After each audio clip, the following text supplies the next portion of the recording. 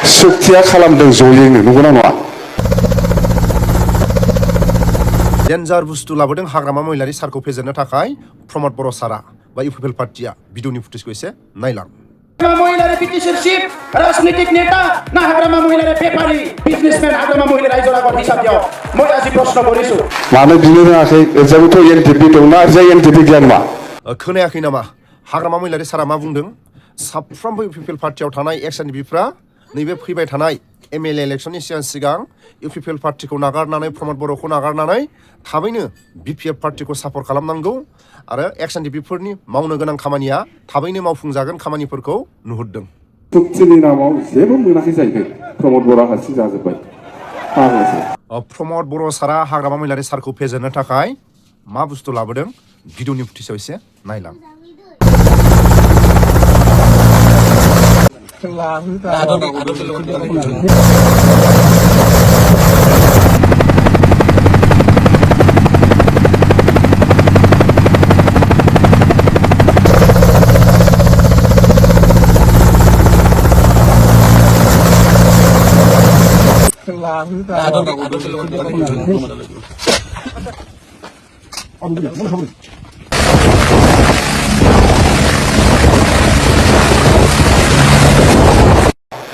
सुक्तिया खालामबाय बिटिसिआव हगारनानै गारबोजोब्बाय बहा मा मोन्दों बोरैबो देखायनाय मा मोन्दों बोरै मोनाखैबा माबोरै जाखो जाम्बाथाय सोमदों मानो बिनो रोङाखै ओरैजाबोथ' NDFB दंना ओरैजाय NDFB गैया नामा हा NDFB दं एबसु दं BLT दं सैथो बाथ्राखौनो हाग्रामा महिलारि सारा बुंदों थांनाय 5 बोसोराव प्रमद बर'आ एक्स-एनडिपिफोरखौ बिमा बिफा गोमाजानाय बायदि खालायनानै दोनदों मोनफ्रोमबो बिथोनाव बा मोनफ्रोमबो खामानिफ्राव प्रमद बर'आ बेसेबांबा जानगार खालायनानै दोनदों प्रमद बर'आ एक्स-एनडिपिफोरखौ BTC BTRनि बाहेरानि एक्स-एनडिपिखौनो होन BTC BTRआव थानाय एक्स-एनडिपिखौनो होन सोरबा सासे सानै प्रमद बर'नि जाथि बंस'आ सोरबा प्रमद बर'नि आगदा आखि सोरबा सासे सानैया प्रमद बर'निफ्राय माबा मोनसे मोन्दों जानो हागौ नाथाय 100आव 99%आनो बिमा बिफा गोमाजानाय बायदि प्रमद बर'आ एक्स-एनडिपिफोरखौ जानगार खालायनानै दोनदों बिनि थाखायनो आं खावलायो नैबे फैबाय थानाय MLA इलेक्शननि सिगां साफ्रोमबो UPPL पार्टियाव थानाय एक्स-एनडिपिफ्रा प्रमद बर'खौ नागारनानै बा UPPL पार्टिखौ नागारनानै BPF पार्टिखौ सापर्ट होनांगौ आरो नैबे फैबाय थानाय MLA इलेक्शनाव हाग्रामा महिलारि सारजों बयबो एक्स-एनडिपिफ्रा सापर्ट होनांगौ आरो BPF पार्टिखौ देरहासार खालामनांगौ मानो होनोबा हाग्रामा महिलारि सारनि बुंनाय मावनाय आरो बयजोंबो मोजां गाज्रि गोरोबनानै खामानि मावनो हाग्रा गेदेरमा दैदेनगिरिखौ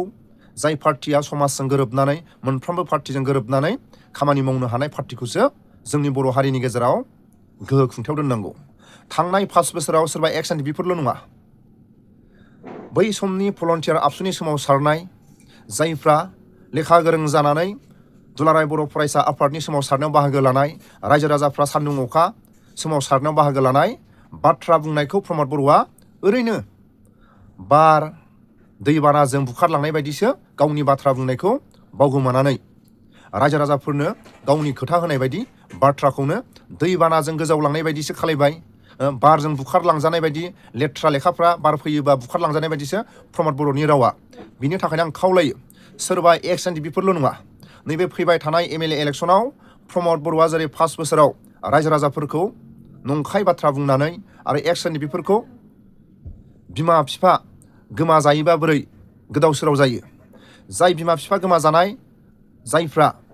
मेगनाव मोदै गोरबो बिखायाव दुखु लानानै थानो गोनां जायो थिग एक्स-एनडिपिफोरखौ बेबायदिनो प्रमद बर'आ खालामदों थांनाय 5 बोसोराव BTC BTRनि बाहेरानि एक्स-एनडिपिफोरखौथ' दोनथ' BTC BTRआव थानाय एक्स-एनडिपिफोरखौनो प्रमद बर'आ जेरैबायदि हेफाजाब मदद होनांगौ बेबायदि होआसै जायफ्रा गावनि आगोमा जिउखौ हारिनि थाखाय गावनि गथ' गथाय गावनि बिमा बिफा गावनि आंगो लोगोफोरखौ नागारनानै हारिनि थाखाय मुंख्लं जादों जाय मुंख्लंफोरखौ हेफाजाब मदद होनांगौ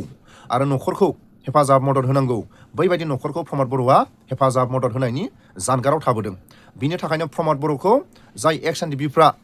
प्रमद बर'जों दङ UPPL पार्टिजों दङ थाबैनो MLA इलेक्शननि सिगां प्रमद बर'खौ नागारबोनांगौ UPPL पार्टिखौ नागारबोनांगौ जेरै एक्स-एनडिपिफोरखौ मोखां सोम सोम खालायनानै 5 बोसोराव दोनदों थिग प्रमद बर'खौबो एक्स एनडिएफबिफोरल' नङा साफ्रोमबो एक्सपेल्टियानो जा सोरबा भलन्टियार आबसुआनो जा जायखिजाया बर'नि मोनफ्रोमबो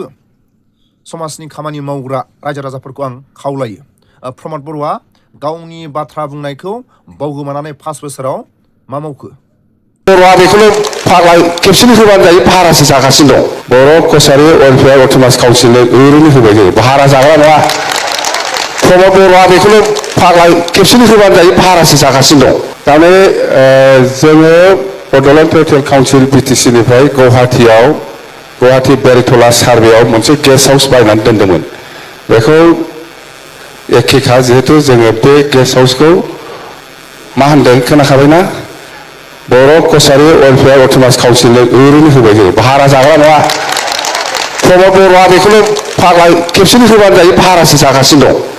नोंसिनिफ्राय मानो भारा जानांगौ ओरैनो होनांगौ नै होखालामबाय आङो माथो ओरैनो भारा जादों भारा मानो भारा जानांगौ जाखो ओरैनो हगारना होनांगौ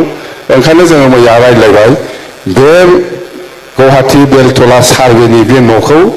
जोङो बर' कसारि वेलफेयार काउन्सिलाव जालदाब ओरैनो हगारखाबाय मानो फैसा नांगौ गावजों गावलाय चुक्तिनि नामाव जेबो मोनाखै जाहैदों प्रमद बर'आ हारसिं जाजोब्बाय फाग्लासो मा जानो जाखो आं मैया गोसोखांदों बिथां बुंबाय थानायखौ आं जायखिया बुंगोन चिफ मिनिस्टार बिथांखौ जे चुक्तिनि नामाव जितु गभर्नमेन्ट अफ इन्डिया बा गभर्नमेन्ट अफ आसामनि जितु पेकेज बेखौ बे बर' कसारि वेलफेयार अट'नमास काउन्सिलाव मोननांगौ खालि बे बिटिसिआल' जानानै जानाय नङाथ' नङा होमबा चुक्तिया खालामदों जयैनो नंगौना नङा चुक्तिया खालामदों जयैनो बाहागो राननांगौ नैफ्रायबो बोरै फारसेल' एकदम जोंना आसोला लाखिजोब्बाय हरजाय प्रमदआ मानो बिनो रोङाखै ओरैजायबोथ' एनडिएफबि दंना ओरैजाय एनडिएफबि गैया नामा हा एनडिएफबि दं एबसु दं बिएलटि दं एबसुआथ' गावनो सुक्तिखारि एनडिएफबिआ गावसोरनो सुक्तिखारि माब्रै बिटिसिआवबो मोनखो जाखाखै बियो जाया बियो बिटिसिआवल' एबसु दं बिटिसिआवल' एनडिएफबि दं बिटिसिआवल' बिएलटि दं ओरैजायनि बिएलटि ओरैजायनि एबसु ओरैजायनि मा होनोमोनलाय एनडिएफबि जयैनो सुक्ति खालामाखैबाबो सुक्ति खालामनाय माबा बहा बोरो आंनो देखायदे बहा सुक्तिया खालामबाय बिटिसिआव हगारनानै गारबोजोब्बाय बहा बोरो मा मोन्दों बोरैबो देखायनाय मा मोन्दों बोरो मोनाखैबा मारैथो जाखो जाम्बा थांसि